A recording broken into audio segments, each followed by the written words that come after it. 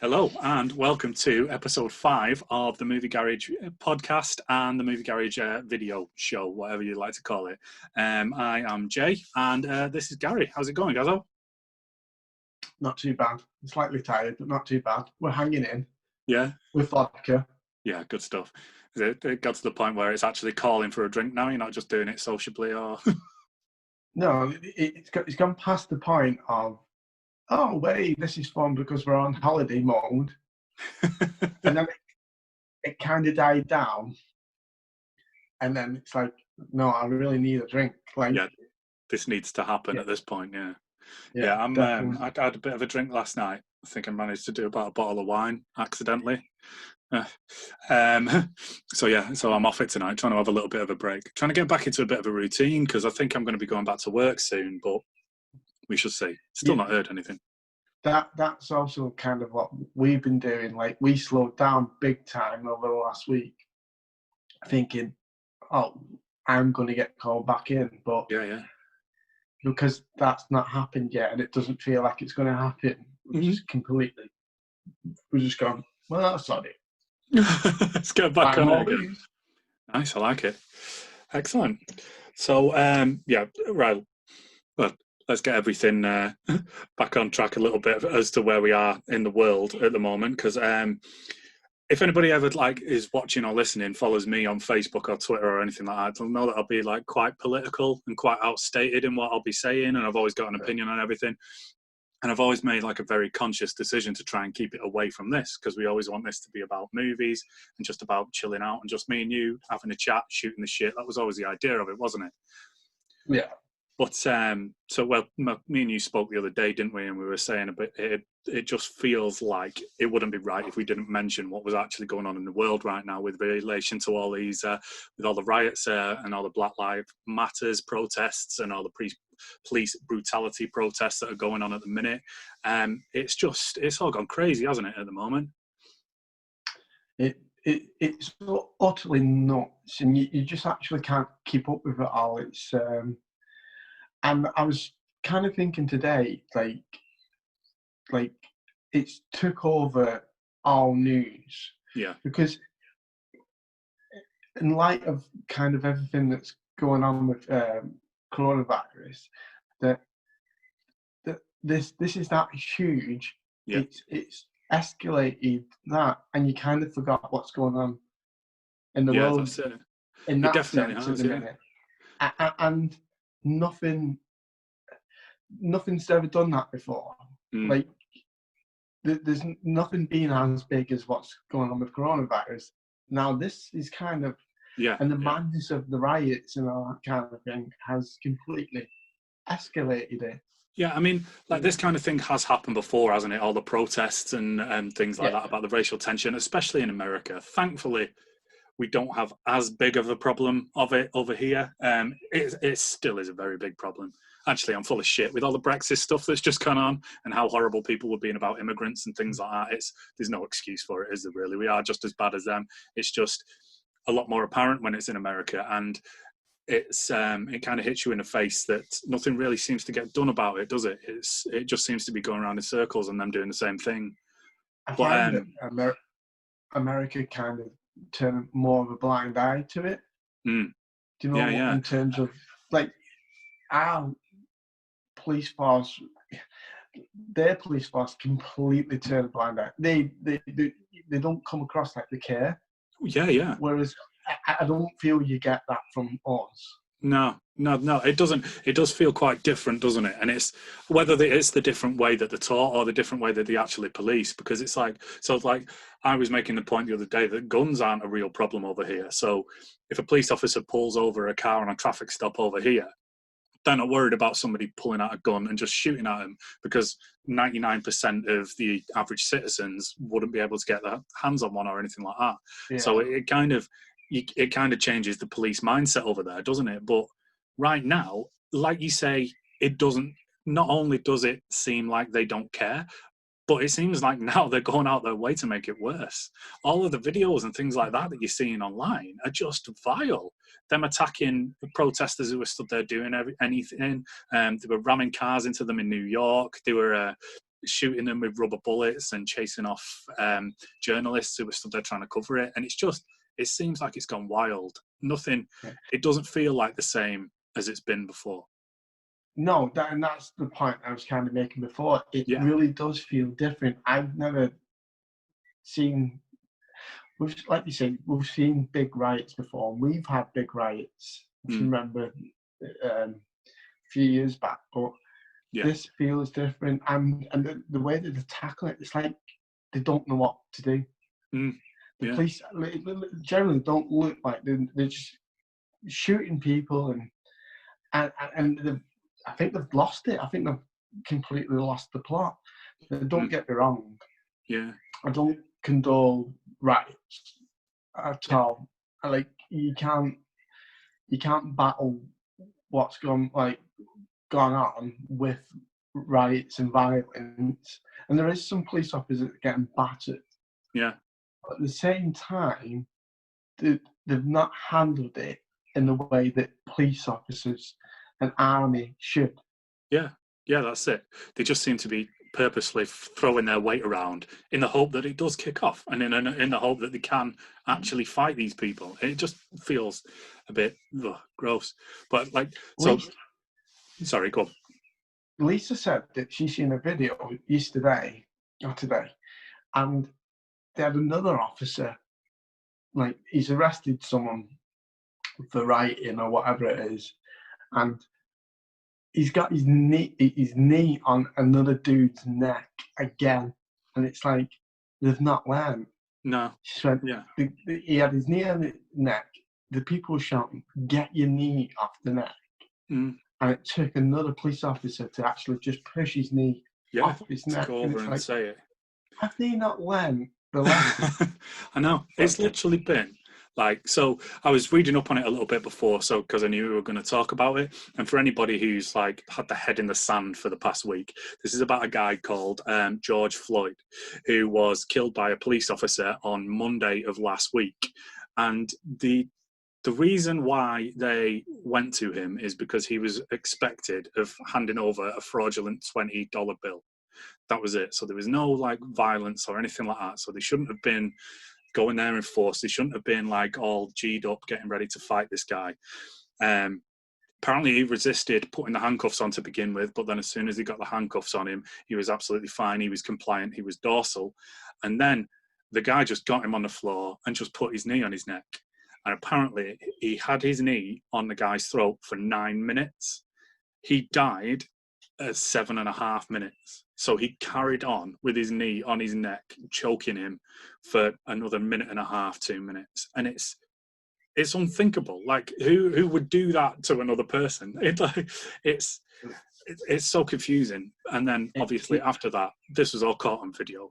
It's come out, and everybody has got behind him. Everybody is supporting him. Everybody's taken to the streets to protest. And from there, it's just escalated into this madness that we've seen. And it's everywhere now. It's all over the world. I think 23 people got arrested in London yesterday or the day before. This footage today of John Boyega, who was in Hyde Park, giving a big rousing speech to everybody, about his experience with being a black man in his industry and growing up where he did, because he was very much in central London and stuff like that. And it feels very different. I don't know whether it's because Donald Trump is involved with it, whether that's kind of the thing that's really catalyzed everything, because he isn't doing anything to quell these riots, is he? If anything, he's going online telling the police and the army and army reserves to be more brutal and more physically antagonistic, and to actually fight and take down these protesters rather than trying to calm them down. Do you know why I kind of feel it's been heightened? Is because, rightly so, it should be heightened and it should be everywhere, and is that people have got time to put into it now. Yeah, of course. Because say, the celebrity world's got really on it at the minute. Definitely. But they've not got anything to promote. They've got nothing to do. That's they have so much more time on their hands to really dig in, really push for justice. And if they have TV shows and movies and stuff like that, or sports to promote and do in the normal day lives and jobs, then it might not have been highlighted as much. That's really interesting, that, man. I didn't even think about it in that respect. Everybody's got free time on their hands because like 80% of people are still in lockdown, aren't they? So yeah, that's it. Oh, really interesting. The latest thing that I saw just before we start doing this record was that the 4 police officers involved have all now been charged.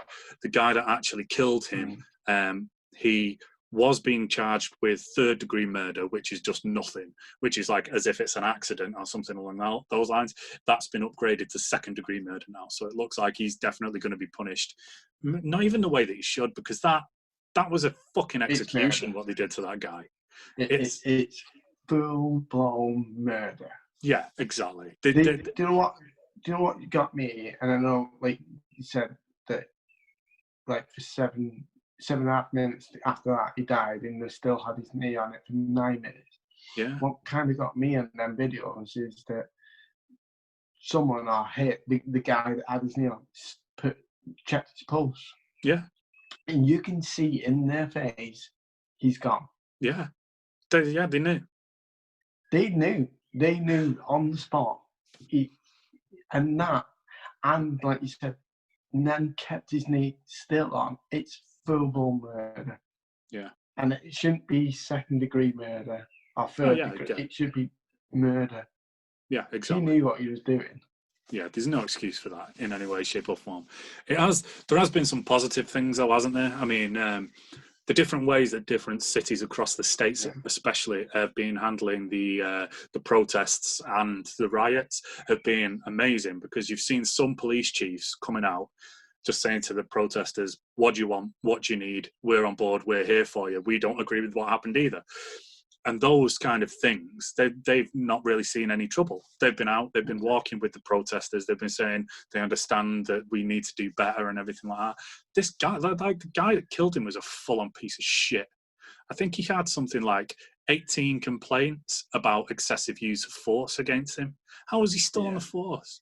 Somebody as well brought up another good point the other day that said his wife left him literally as soon as she knew that he wasn't coming home.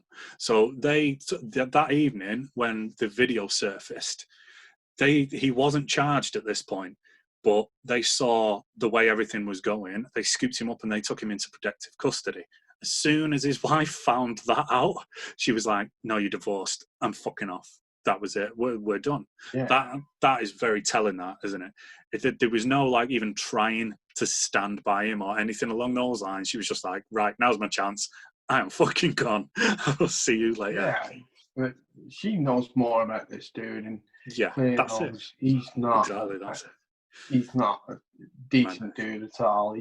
He's pure evil, and that gets me is how are these people are doing the protecting their job that they're clearly not doing correctly. It's beyond belief that these people have and still have that kind of authority. And that's I think that's America's big downfall. I think they're worse. I'm not blaming America. I'm just saying it's apparent that they're so bad at this. They kind of turn the other corner and go, well, you're kind of racist, but it's fine. You can carry on the force. And that's unthinkable, just isn't the way. That's just the way it is. It's clear as day. Like they're not vetted right. You know, they're not. They don't care as long as they go and try and do the job. They don't care what kind of person it is. Yeah, that's it. It's one of the, I want to say Frankie Boyle, but I don't think it was him. It might have been another comedian that was saying it. Or it might have been Frankie. I can't remember. Just tend to literally just read his Twitter and everything because he's got such brilliant takes on everything that he comments on. It's amazing. And he was saying I've heard a lot of people say that it's just a few bad apples that are spoiling it. So in other words, it's just a few bad coppers that are making all the rest of them look bad. And he said, a police officer is one of those jobs where you can't have bad apples. Said like, another one is like, he compared it to being a pilot. Said like 99% of our pilots land the plane every time, but there's just that 1% of bad apples who like to smash it into a building every fucking time they try and fly. And we need to root them out because it's making us look bad. It's like, you couldn't be having that. No one would stand for that kind of thing. So no, that's definitely the first change that needs to come in it, and then it all needs to roll out from there. Yeah, absolutely. But yeah, so if you are listening to this and you do go out to protest and everything like that, just be safe. Yeah, keep your head on, because there's a lot of fucking nutcases going about at the minute, taking advantage of it. And yeah, just take care, really. Move on from there to a little bit of a positive note. So yesterday, well, it's Wednesday today, isn't it, that we're doing this record? Yes, it is. So yesterday was, they did a thing in relation to all this and all the riots and stuff called Blackout Tuesday. And the idea of Blackout Tuesday was that you posted a black square on your timeline to say that you were taking part, and then you didn't do any self-promotion or anything along those lines. What you did was you promoted a black actor that you like or something along those lines, or you posted some links that would help for people to donate and for people to get information and educate themselves and stuff like that. So we did a few posts yesterday. They were all about like black actors and what movies they've been coming up, and I think there was one in there about a Spike Lee film. And after this, once we post it on Facebook, I'll post up a few links about if you want to sign petitions and donate and things like that. We'll get involved in that. But along that note, I found an article that I was looking at the other day, and only now I've realised it was 2018, but it is most bankable black actors in movie history. So this is from the end of 2018. I think it would have changed, but not by much. So what they've done is they've basically taken the box office takings for the movies that these black actors have been in, and then they've divided it by how many movies they've been in to get like their average take per movie, and they're the most bankable ones.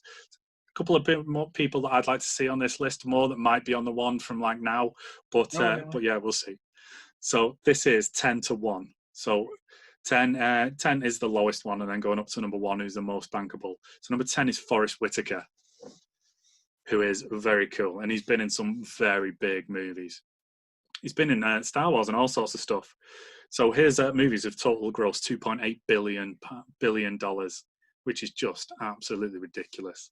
Because of course he was in Black Panther, wasn't he? Which smashed it. Yeah. Which was an amazing movie. Black Panther. So he has averaged about 50 million, something along those lines, per movie. Number 9 is Samuel L. Jackson, who I thought would be a hell of a lot higher. Yeah. Yeah, madness, isn't it?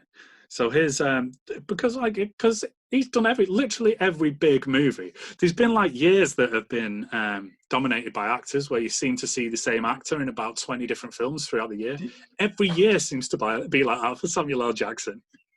Yeah. Do you think it's because he just kind of pops into movies and like in the last 10 years, he's never really been full on like big role movies, just kind of just there and just pops up every now and again. Yeah, that's it. Yeah, it's bonkers. But I think in this list it's still counted him, so it should still go towards it. So they've got him down as 73 movies. So he's averaged 70 million per movie. That is the 73 that he's done. Number 8 is Morgan Freeman, which is like, I just said that he wouldn't have even made the list. Oh, wow. Do you not think you made the... Yeah, fair enough. Because again, like you were saying about Samuel L. Jackson, he seems to just be bobbing in and out. But it's... because he was in the Batman trilogy, wasn't he? Which has bumped his figures up quite a lot. So, yeah, and he's averaging 71.8 million per movie, which is only a little bit more. Number 7 is Eddie Murphy. What? I imagine he made a lot more money from his comedy, though. Yeah, exactly. But Shrek, you're forgetting about Shrek. Oh, right, yeah. So how many of those movies has he done now? I think has it been 3 of them or 4 of them at this point? And he's done the voice of Shrek for every single Donkey, sorry, there's for every 3, single. And then there's some spin-offs. Yeah. So they'll bumped his figures right up, and this like takes a massive jump. So his average is 97 million. So that's like an extra 17 million on average that he's done there. Right. Next one's another. Just going for a piss. Nice one, dude. I'm really 2 seconds. Yeah, no worries. We'll pause there. Let Gary go for a quick wee, and then we'll carry on. And we're back. Yeah, was that good? Good wee. Yeah. Excellent stuff. There we go. Professional to the last. Brilliant. Yeah. So back to the list that we were going through. So number 6 is Don Cheadle. Don Cheadle. Jesus Christ, I can't even speak tonight. Which is another one which is quite surprising. That said, though, he's in all the Avengers movies, isn't he? He's War Machine. So even though he's only like kind of bit parts in it, then yeah. And his average is 98. Really that's really, really surprising. Yeah, same here. I'm not the biggest fan of his as an actor. Yeah, he's a little bit. Yeah, I know what you mean. But I agree with you totally. Yeah, he can be a little bit hit or miss, but like, yeah, his highest grossing movie is Avengers: Infinity War. So, well, that's where all the money is. Yeah, exactly. That's it. And how many Avengers movies has he been in now? Jesus Christ. Well, he's been in quite a few. But yeah, ridiculous. Number 5 is the first woman actor, and that's Zoe Saldana. That does not surprise me in any way, shape, or form. I thought she'd have been much higher up this list because she's Avatar, isn't she? She's she's Gamora in Guardians of the Galaxy and in the Avengers movie. I thought she'd be like way, way up. But yeah, so her average is, again, another big jump. That's like 20 million up. She's 109.9 million per movie on average. Number 4 is Idris Elba, which isn't really surprising, is it? No, he's kind of smashing it at the minute. Like, yeah, he kind of plays himself in every single thing, just like a different hat on, and he's always doing like voiceovers of tigers. Doesn't he? I think he does. Doesn't he do a tiger in the Jungle Book, and he's doing a tiger in the new Dr. Dolittle film? So he's basically playing the same tiger in 2 different fucking movies. You know, you're big when you're in the sky adverts. Yeah, that's a good point, man. I wonder if they count. Towards his total. Yeah. So his average is 111 million. The next one is a little bit controversial. Mainly because I don't think he's black. Graham Johnson is number 3. Yeah. See, that's the face that I've been doing all afternoon trying to figure it out. Because he's Hawaiian, isn't he? I don't know. But anyway, so he's on this list of most bankable black actors. So let's just go with it for the sake of it. His biggest movie is Jumanji. I thought it would have been one of the Fast and Furious ones. He does class himself as a black man, doesn't he? Really? Yeah. I honestly don't know. I'm pretty certain he does. Yeah. I'm not sure. Do you know, like speaking from a place of pure ignorance, I don't know if any of his parents are black. So, yeah, God knows. All I'm going off is him. I think his dad was. Yeah. There you go then. So he is. Job done. Number 2, no surprise whatsoever. Will Smith is number 2. It's still a surprise. I'd put him right at the top. You thought it'd have been number 1? Yeah. So like his total gross is 3.2 billion, but that's spread out over 25 different movies. So that is like taking it down to 128.2 million per movie. His average gross is, which is just fucking ridiculous, isn't it? That's how much he makes for movie companies when they put him in a film. So why would you not put him in every single fucking movie? Now, I've got myself in a little bit of trouble here because this number 1 is she is the actress who is in well, I know she's in Star Wars. She's in Black Panther as well, and it is Lupita Nyong'o. I think that's how you pronounce the second name. And right, okay. Yeah, and she's going to be amazing. She's in a lot of different stuff at the moment. The highest grossing movie is The Force Awakens, right? So the 7 movies that she has been in have grossed $2.7 billion, meaning that per movie she's averaging 396 million gross. So that takes her straight away to the top of the list. So everybody else who's been in like 40 movies and they've just been doing little bits of shit again and again and again, and the movies haven't like made much money, have bumped them right down the line. Whereas if you put this woman in your movie, seemingly she's going to make you a shit ton of money. That's incredible. Yeah, she's. I think she's going to be really big as well. But like I say, so this is from like 2008, and there's a few different black actors that I'd like to see on here. For one, I was surprised that Halle Berry wasn't on here because she's been Berry's not done anything for years, though. Yeah, but I mean, she was going for that long. She did that many movies. You'd think that I thought she'd have scraped onto the list quite easily. Yeah. Another one I think will probably be on the list now is John Boyega, who we mentioned before. He's probably one of my favourite actors at the minute because he's just incredible. But he's been in all the Star Wars movies. He did the second Pacific Rim film, didn't he? And quite a few others that have all been really, really massive budget. So I imagine he'd be like quite high up on the list if they did a new one this year. Zendaya as well. Do you know the girl who plays MJ in the new Spider-Man movies? Yeah. I think that she'd be quite high as well because she's been in. Yeah. She's been in the 2 of those, and she was in Greatest Showman as well, wasn't she? She was singing and dancing like a main part in Greatest Showman. So yeah, she was in the Greatest Showman. That's right. Yeah. So good actress, actually. She is. I think she's going to be absolutely amazing. Yeah. The more she does, I was a bit like in the first Spider-Man film, I didn't really rate her that much. I thought they were doing too much with her, being all moody and angsty and being a bit like, oh God. But then in the second one, they kind of lightened her up a little bit, and she managed to play with it a little bit more, and she was absolutely brilliant in that second Spider-Man film. Yeah, no, she's. There is some really impressive actresses out there, and she's really at the top of the list for me because she's, like you say, she's really capturing stuff at the minute, and the way that you want her to play that kind of role, she seems to have adapted to the second one. Yeah. She's definitely really sunk into it. I loved a little bit as well. It was kind of like a mid-credit scene that they did as well. Have you seen it where Spider-Man picks her up and he's swinging through the city? And like every other Spider-Man film you've seen where they do that and they pick her up and they're swinging with a girl, the girl's going, woo, and really loving it. And she's just screaming in terror the whole time. Probably would, though, wouldn't you? Yeah, exactly. And then he puts her down and she's like, I'm never doing that again. Don't ever, ever do that to me again. Which I just thought that was brilliant. That was a really, really good little nod to the ridiculous way that they've done it in every other movie.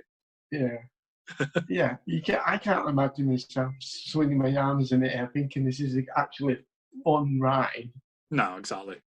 No, terrifying. Even the thought of it now makes me want to wee a little bit, I'll be honest. I'm going to hold it in though till the end. Professional. No, I'm good.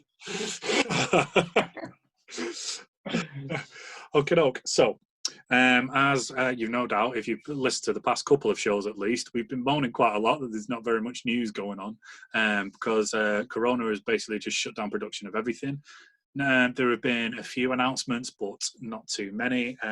Everything seems to be going a bit backwards and forwards. But I think we've managed to scrape together a couple of pieces. Yeah. Just about.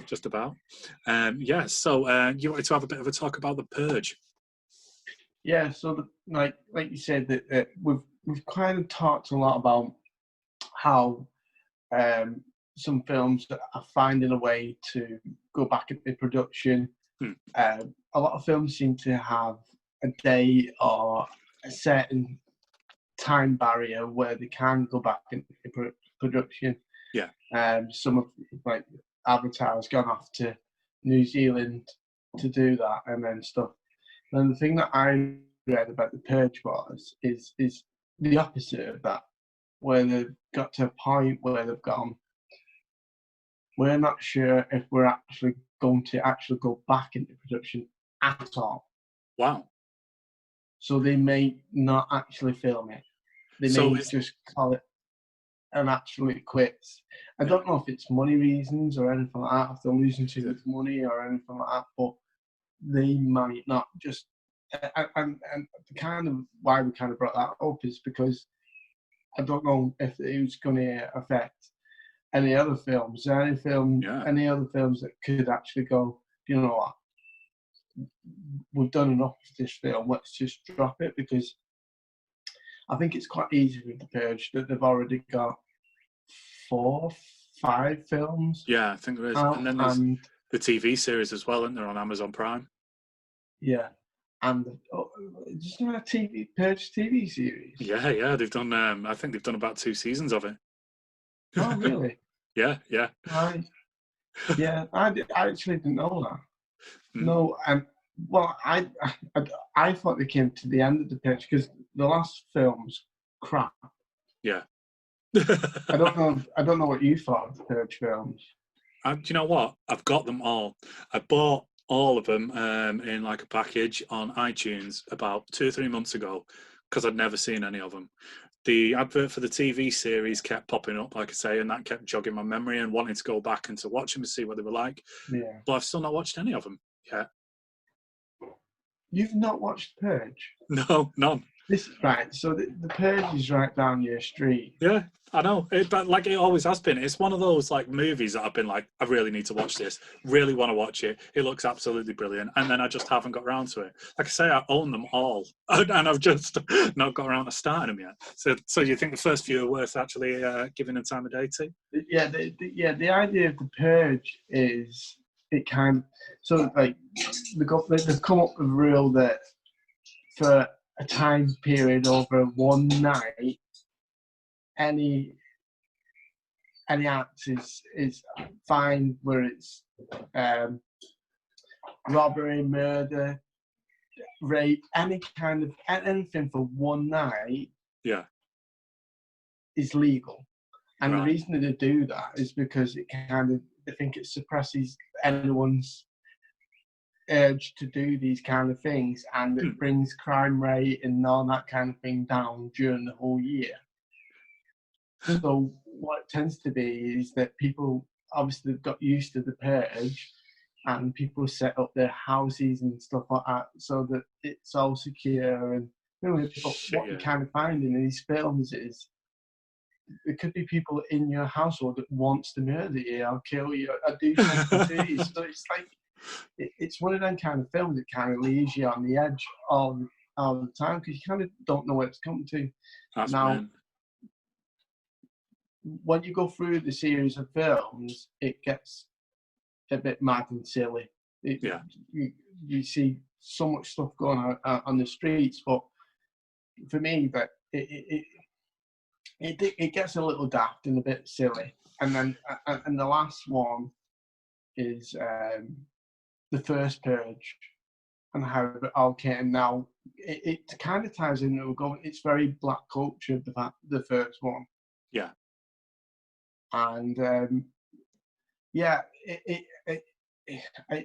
me, it fell at the waistline a little bit. It didn't need to continue. If it was going to continue on, it had to keep going the way they were kind of going and make it better.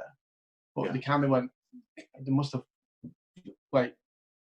gone. We need to make a bit more money out of this. Let's just go back a bit and show it how it kind of all started. I don't think you kind of got that. It's definitely worth a watch. It keeps you gripped and entertained the first couple, because you know what it kind of does. Go, what would I have done if I had 24 hours right to do whatever I wanted to do or whatever length of time it was? Kind of goes, well, what would I have done? Would I just shut up shop and hope no one attacks my house? Or would I have gone out and actually done something? Got wild for a bit. Yeah. Yeah, and cut what? Exactly, but you've got to watch out. if you want to go and cut white, well, you can't just go and cut white up because there's other people who just want to go and murder and shit. Yeah, and if you're out on the streets, you've got, you think, fair game. I mean, I could be in trouble with other people who just want to go and murder, and it's a good watch. Anyway, it's worth a watch. You need to kind of get into it and judge for yourself. But going back to where I think they've got to a point where they've gone, we've took it so far. What's the point of piling loads of money in if we can't continue filming for ages? To do the same thing. I think they could end up killing it off, and I think it could have. I think a few things could go the same way, where they could just go, no, we're not going to pile money in this film. We'll just wait and just pile it in a different film. Yeah, it's quite interesting that. I mean, I think we're going to get onto one of those franchises again at the end because of our movie of the week. I think that something like that could have easily gone the same way, like you say. But yeah, it'd be interesting to watch to see if any of them do decide to scrap it, because I know like quite a few are thinking about just going to video on demand, aren't they, rather than like either scrapping the project or changing it or anything along those lines, or rather than waiting to get back into theatres. Quite a few are just going to release them video on demand instead. But as you were saying, those films are like done. They're finished movies. Those are movies ready to go that would have been out now already, had it not been for the world closing down and then setting itself on fire.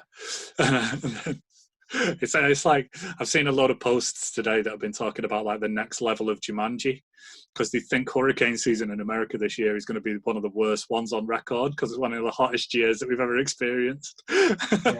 So now they've got over all that. Now they've got rioting and hurricanes to look forward to, and possibly like a big volcano in Yellowstone Park is going to erupt. So it's just it just keeps getting worse and worse and worse. But at least it's at least it's going to be no more Purge movies. Silver lining. It's probably a good thing. Sorry I spoiled that for you, but yeah. No, you're all right, actually. It actually kind of quite nicely leads us on to something else, because I'm pretty sure that isn't John Magliato, or I can't remember what he's like, how you pronounce his second name. I'm really shit with names. People should be getting this by now. Literally every name I try and say, I'm just like, no, can't fucking say that. I'm terrible with names, Jake, because you say names and I go, please tell something about that name. I don't know who this actor is. Just say some facts and I'm good. Yeah. So they're talking about. So we were a bit annoyed last week because we did the record, and then no more than about 4 hours later, it was announced that Henry Cavill was in talks to play Superman again. That's so freaking annoying. Yeah, utterly ridiculous. Absolutely, utterly ridiculous. There's been no details, though. Have you noticed about what he's going to do, what he's going to be starring in, or anything like that? They're thinking it's going to be cameos. Yeah, I've had a little bit, but I've not had an awful lot. But like you say, it's a good thing. Yeah, I think so. We need more information. There's absolutely no information about it. There's no point going, yeah, well done. It's great news that he's coming back as Superman. Yeah, but we don't know how. Yeah, I like a bit more information, man. Yeah, exactly the same. So like the rumours at the minute are that he's coming back as cameos. So he's signed to appear as Superman, because Warner Brothers at the minute have got so they've got Wonder Woman. Is it 84 or 86? I can't remember what it is. But the next Wonder Woman movie, that's all done and dusted. That's ready to go. I think that there's a possibility that should have been out already. So that's ready to go. Obviously, that's connected with Cavill's Superman already, because they've been in a couple of movies together. But they've got Aquaman 2, which I don't even think it started production yet for Aquaman 2, so he could appear in that. They've got Shazam 2, which is what everybody is banking on him appearing on, because that would make the most sense, because he's most related to that character in the comic books and everything along those lines. And have you seen the first Shazam movie? I loved the first Shazam. Oh, wasn't it brilliant? Wasn't it brilliant? Really, really well done. I absolutely. I was properly. I knew nothing about Shazam, by the way. Yeah. And I didn't know that he's based on. Is it Captain Marvel? Yeah, that was it. Yeah. So they did that. They basically had the same name, and then there was like a bidding war, and I think Marvel sued them for the name. And it's yeah. So that got a bit daft. So then obviously like Shazam came out, but there's that beautiful bit at the end of Shazam where Superman walks in, and he's in the cafeteria, stood with him. That's right, yeah. Yeah, because he's boasting to all his friends that he knows Shazam all the way through the movie, isn't he? And then at the end, Shazam's sat there with him having lunch, and everybody's gathered round. And then the next minute, Superman walks in, but you never see his head. Now, obviously, that is because it was like Mustache Gate, wasn't it? So they didn't actually get Cavill back because he was filming other stuff, and then it was all that shit about his mustache that they had to take out in the Justice League movie. So they couldn't afford to do that and couldn't afford to be fucking about with it, with him mucking about. So they just had him from like the head down. But it really worked, and it was really nice little like bang right at the end of the film where he comes walking in. So people are saying that he's going to be in the second one of that, which would be great. There is also a Flash movie as well, which is whether it's going to happen or not, God knows. Because they just keep talking about it like on and off all over the place. And then Ezra Miller popped up in that Crisis on Infinite Earths, you know, the TV show, how they did the big crossover. That's right. Yeah. So in the Flash TV show, they had loads of different Flashes turn up, and then Ezra Miller as the Flash from the movies turns up at the very end and like shakes hands with him, and they meet and stuff. So Ezra Miller's still very into playing the Flash, and hopefully this first Flash movie, would come out. What's annoying about that is I feel like they've been talking about this Flash movie for donkeys, ages. Oh, yeah, absolute years, and it's like nothing seems to. It's like teasing us. Yeah, definitely. Like, I think that was like they were talking about that before Justice League, and like at the same time as like Wonder Woman and stuff. So it's what's going on with it?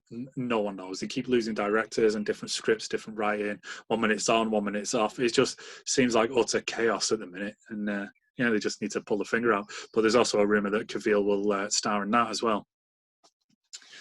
So that should be quite interesting.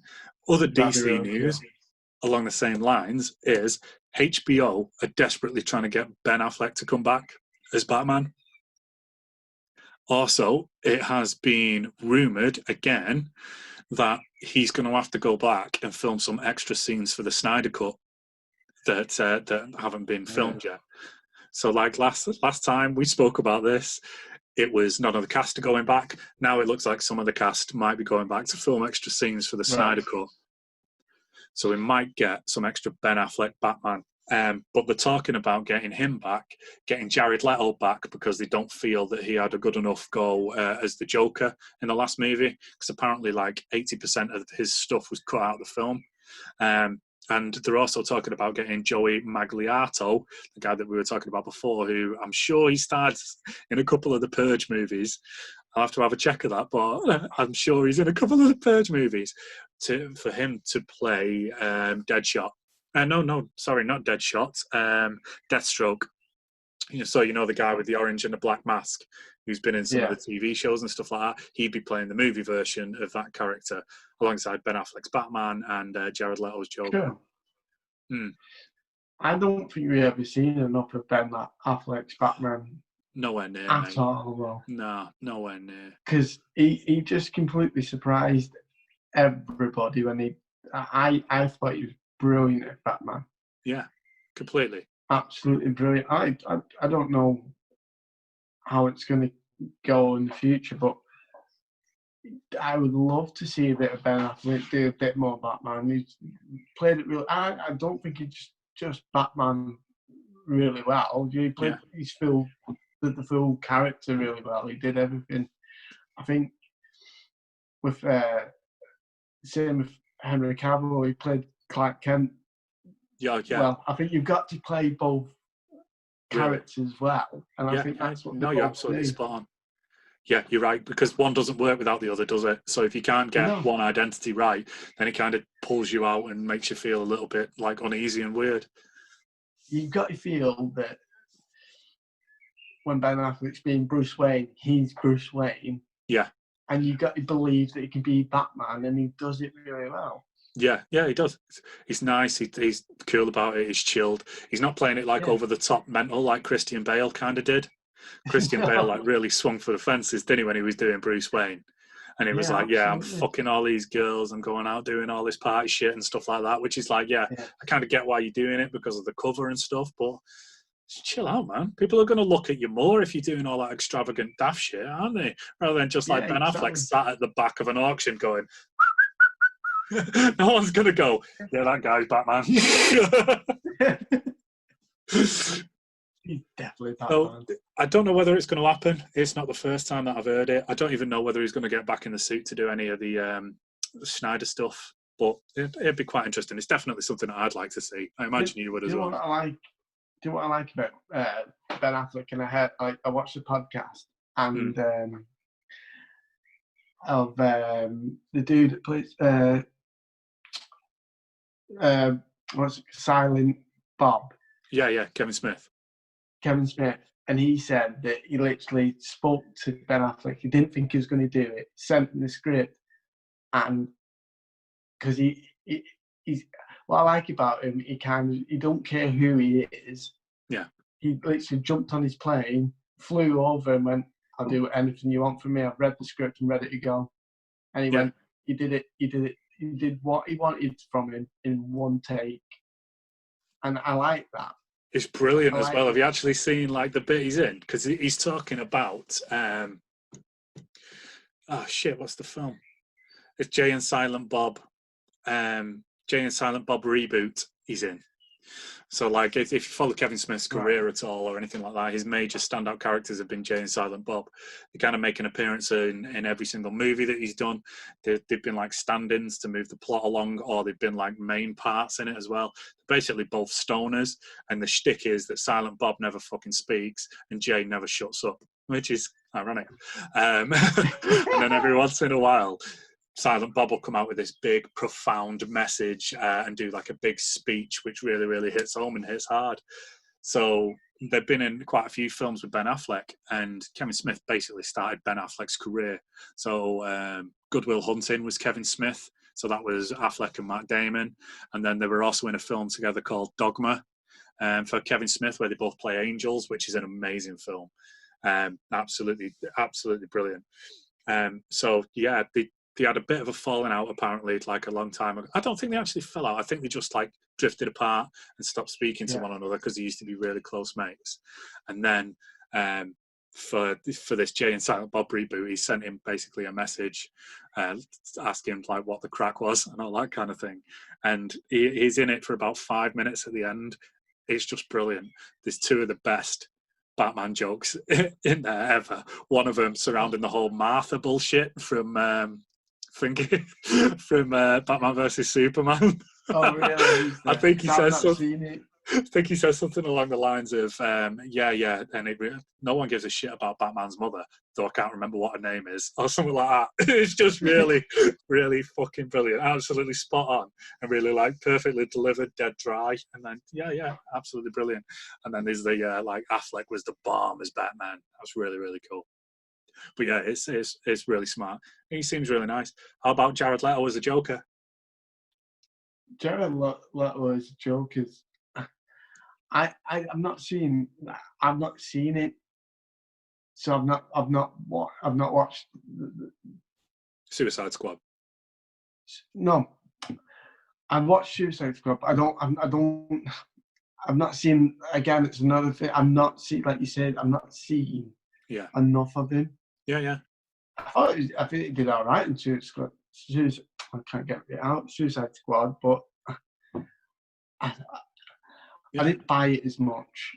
I thought he did all right, but he didn't suck me in as much. I don't know if it, like you said, if they give him a bit more, then yeah, sure. But that's what people are saying.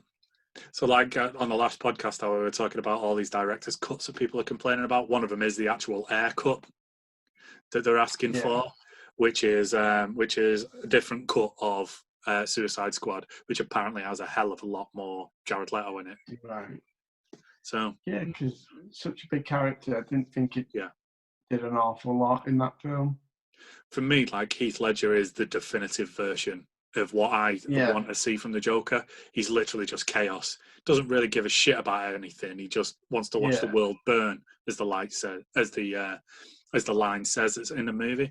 Because it's like, even in the comics, he seems to come from nowhere in most of it, and then just disappears just as quick, and then he's always there, and he's just chaos. That's what I love about it. But Jared Leto's was an interesting take on it. Like you say, we need to see a hell of a lot more before you can make an actual decision. I don't like it when people compare with that, because it was so perfect. Yeah. Playing Joker, I think there's a lot of comparison. Like, people compare Christopher Reeve, with Christopher Reeve's version of Superman. Yeah.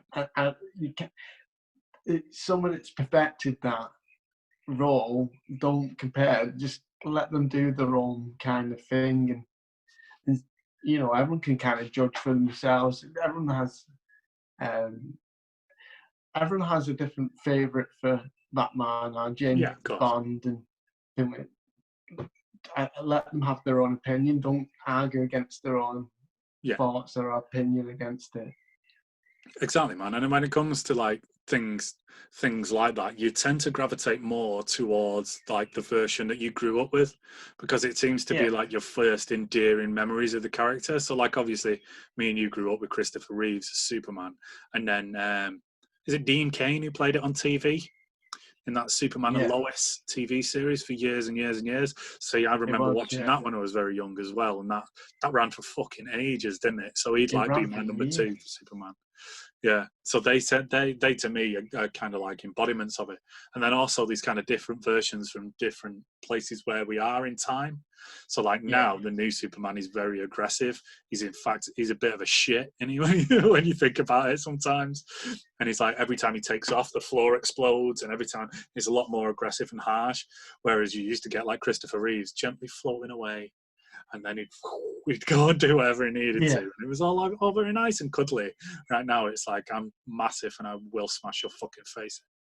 And even at the end of like Man of Steel, he crashes that drone into the floor, doesn't he? You can't imagine Christopher Reeve Superman doing that at all. No, but again, that goes to what technology they can put into these films in the 70s and 80s, and what they can do now. They can make them more aggressive and do more stuff. So, but yeah. A lot of that comes into play as well. Henry Cavill's part in it all, I think he's been the best one. Yeah. Since Christopher Reeves. I think he actually looks like how you'd imagine a real Superman to look as well. There's a bit of Man of Steel, which is like, it's nearly enough to turn you, where he comes running around the side of the house after he's just battled that fire on the oil rig, like right near the start. He comes running around the side of the house with no top on, and it's just like, fucking hell. What the hell? That guy is chiseled from marble. It's ridiculous. It's embarrassing, isn't it? Yeah, right. So, speaking of hot dudes, I do have a bit more news, but I think we're going to be here till about 11:30 if I start getting onto that as well, because that's a whole other thing. So, we should skip to our movie of the week for this week, which was Fast and Furious presents Hobbs and Shaw, which was my suggestion for. I kind of feel I need to start with an apology. Okay, before we go any further. Yeah. So what did you think, dude? It's crap. Oh yeah, it seriously is. It's utter garbage. But it's got to a point where nothing kind of surprises you no more. Oh yeah. Of these it from about the third one on, they've destroyed what people enjoyed with Fast and the Furious. Yeah. And I also don't understand why they've took these two characters and made it a spin-off. Yeah. No reason whatsoever. Why they took... It's too... what they've done is chose the biggest movie actor in the world in Dwayne Johnson. Yeah. And took it and gone, well, how can we use a spin-off of him? Oh, okay, we've got one character that hates his guts. Let's jam them together and see what happens. For me, it completely takes away from... There's no Fast and Furious about it. No, not whatsoever. Not what you know of boosting cars and stealing to make better cars and all that kind of stuff. And there's none of that. No. Right, don't get me wrong. Them two together, Jason Statham and The Rock, yeah, all the way through are brilliant. Yep. The way that they hate each other, and there's moments of pure genius between them. But didn't you find, saying that though, didn't you find that the constant bickering that they were doing got really, really tired really fast? I mean, like, yeah, we get it, you hate each other. You don't have to have every single fucking scene in the movie where you're having a go at one another. Yeah. Like, just do it a few times and then be... It didn't even get to the point where they were like grudgingly accepted of one another, did it? They were just fucking arguing it all the way through. Yeah, but I did enjoy the point where Jason Statham's dude gave him that tracksuit to wear. Yeah, no, that was nice. That was... You're a genius, yeah, you're wearing that. And it's like a crop top on him, isn't it? Yeah. It's just basically a bra. That was nice. It completely meant to, like, Idris Elba's character is like some half dude, half... It's like... half like nanobot machine or something. It's took it into a different category of film, and for me, that's not what it was just weird. It wasn't just that, like you say, it did move it into a different category of film, which was just like almost a superhero action movie, but it was a really shit one. It didn't even do that well. It was like, so these two are supposed to be the characters that we saw them as in Fast and the Furious. And they didn't seem like those characters at all. So, like, Jason Statham and The Rock pretty much played Jason Statham and The Rock in every single thing, don't they? But they didn't seem, even so, still, they didn't seem like the two characters we'd seen in the Fast and Furious movies, did they? No, absolutely complete different characters. Yeah. Like you said, it did just seem like The Rock and Jason Statham, not from Fast and the Furious. Yeah, that was it. And it was really, really odd because, like, none of them, they didn't seem to have any of the traits that we'd seen before or anything along those lines. It didn't make sense why the pair of them would be working together. Why they'd, like, because they get drafted by basically like the CIA and stuff, don't they, to go and find a virus, a deadly virus. It turns out it's like Jason the best trackers in the world. Yeah. But then they give Jason Statham this massive backstory, and I don't think we've not heard anything about it, have we? So apparently he was in like special forces, and he was tried to be recruited by this terrorist agency, which Idris Elba now works for, but he said no to them. So they made it look like he'd resigned in disgrace and killed his squad and turned his back on him and become this. Like, we'd never heard any of that shit before. None of that makes sense at all. Someone made a very good point. Like, I watched loads of reviews and reactions and stuff like that, and someone made a very good point and went, it's very Mission Impossible. Yeah. But even a really shit version of that, though. Yeah. It kind of is. Just a really, really crap version. Yeah, no, none of it made any sense. It was just chucked together garbage. Yeah, and it's a fucking long movie as well. 2.5 hours it's on. and 2.5 hours of just nonsense.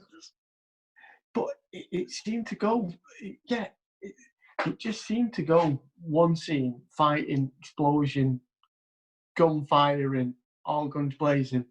Let's move to a different area. Let's do the exact same thing in a different area. Yeah. No, not happy with this one. Let's move it on to another area. It's like they just chucked a load of money at a big fireworks display and put The Rock right in the middle of it all because he earns serious amount of money for the movie, and that's all they did.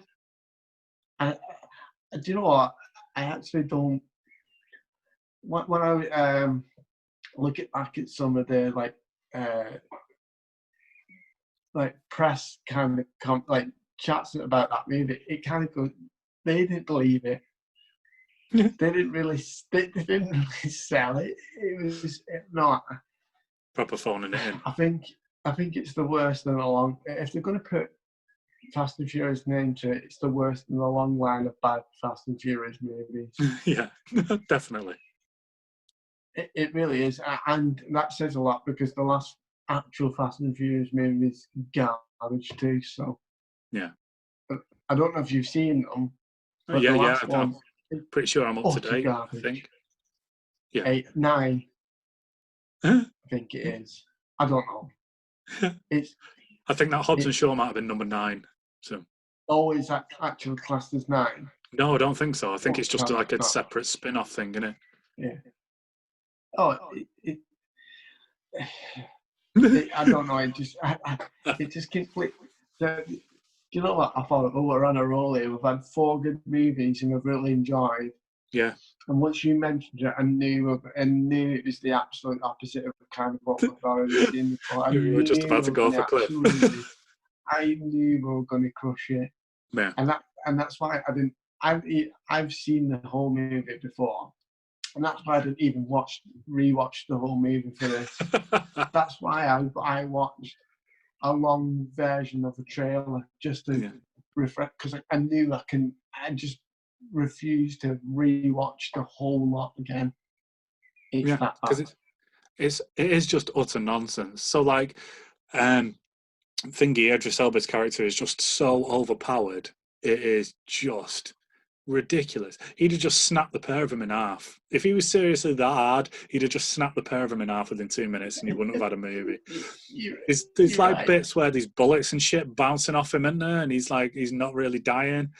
So then they decide to go back to The Rock's hometown where all of his relatives are there.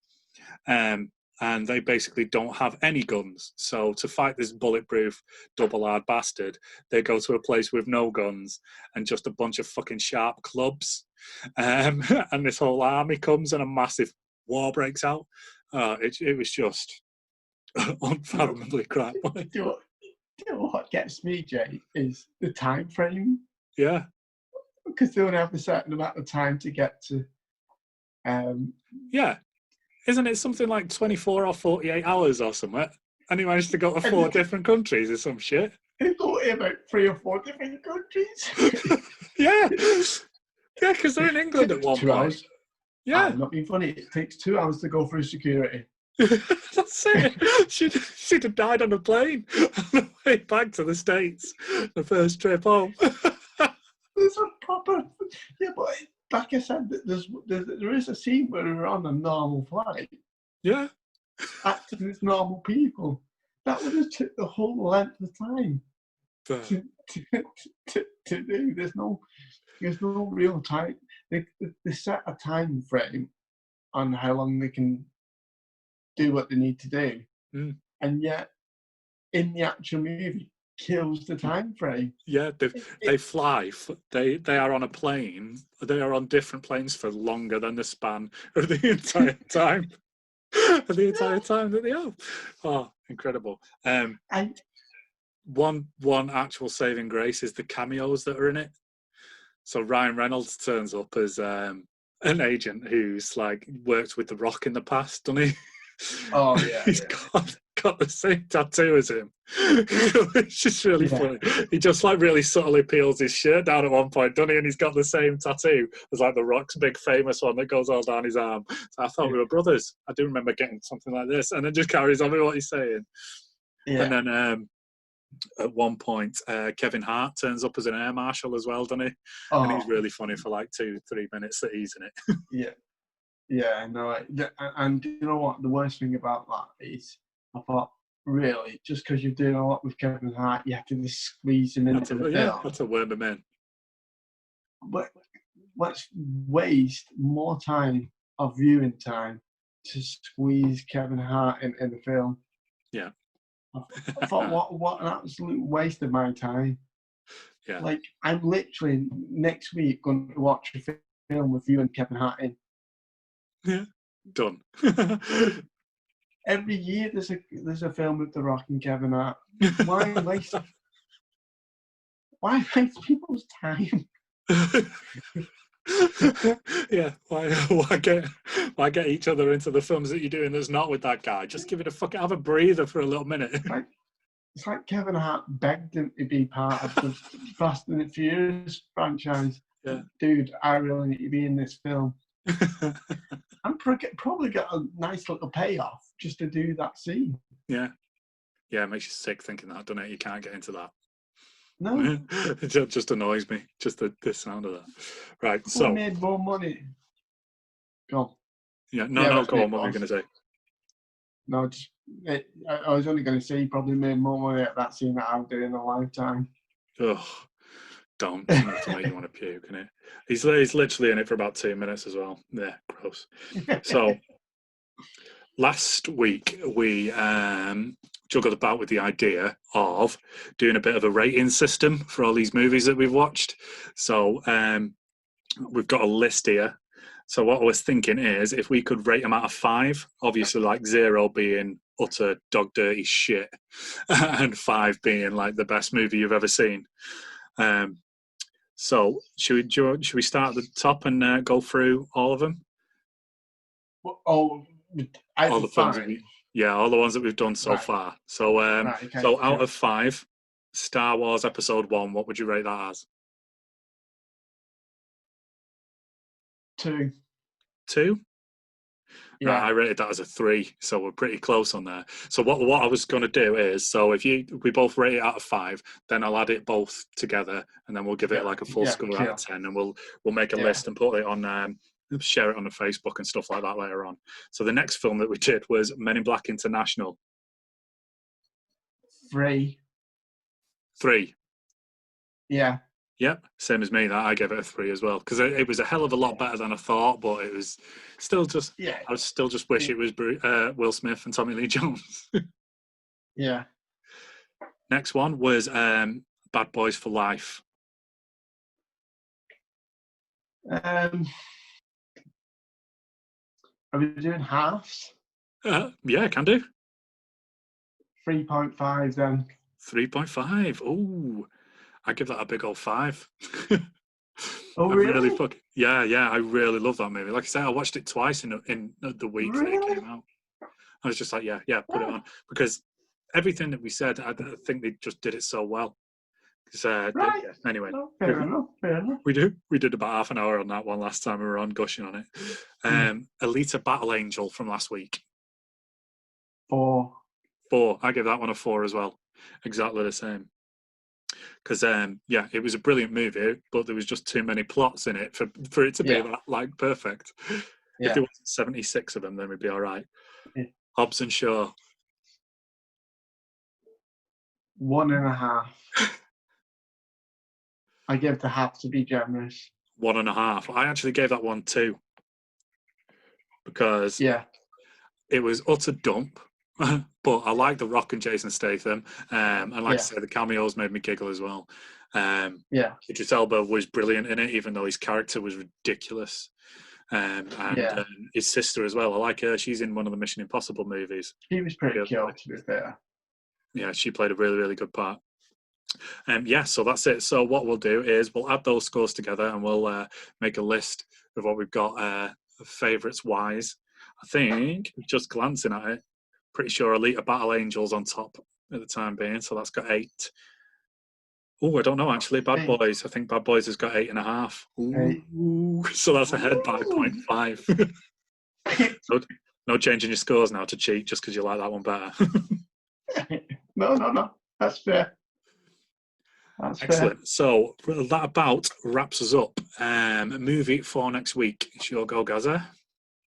So I decided to go old school. Yay. We've done a lot of new movies. I want to do one that we've definitely watched a good few times. I want to go with Dude, Where's My Car? Superb. Absolutely excellent. It's one of my all-time favourite comedy films that makes me belly laugh. So brilliant. Absolutely brilliant. Yep, so go grab yourself a copy of that and watch it and listen to us talk about it at the end of the show again next week. But for now, that is about it.